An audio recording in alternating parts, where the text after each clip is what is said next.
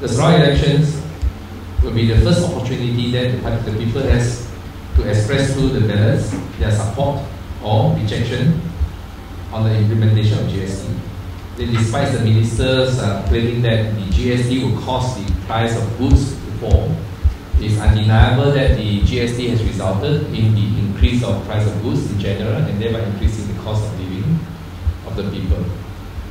While the government initially estimated a collection of 19.4 billion from GST in the first 9 months of its implementation, but the actual collection was 27 billion, an extra 50%, which is an extra 7.6 billion from GST, and that is collected from the people.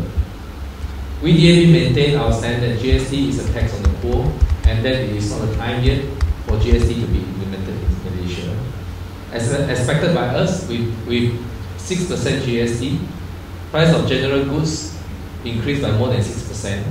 As a result, people's disposable income dropped and business volume also dropped. 1 year after the implementation of GST, it's timely that Sarawak is having its elections now. Well, and as for the GST, I think the 6% is not the end of the story. It was fixed at the time when when the international oil price was around 100 USD per barrel. Now, as the oil price has dropped below 40 USD per barrel, the revenue generated from the 6% GST will not be enough to cover the government's loss of revenue due to the fall in oil prices. The coming Sarawak elections will be a test of the people's acceptance of the GST. It will be the time for Sarawakians to speak up against GST through their votes.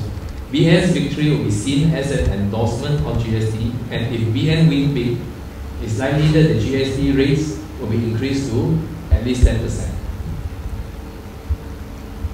Right, so therefore I call upon Sarawakians, all Malaysians, to help out in this election. I think this is a time for us to speak up against the implementation of GST in Malaysia, and also to send a strong message, even if we cannot abolish GST, to stop the Barisan National from further increasing the GST rate.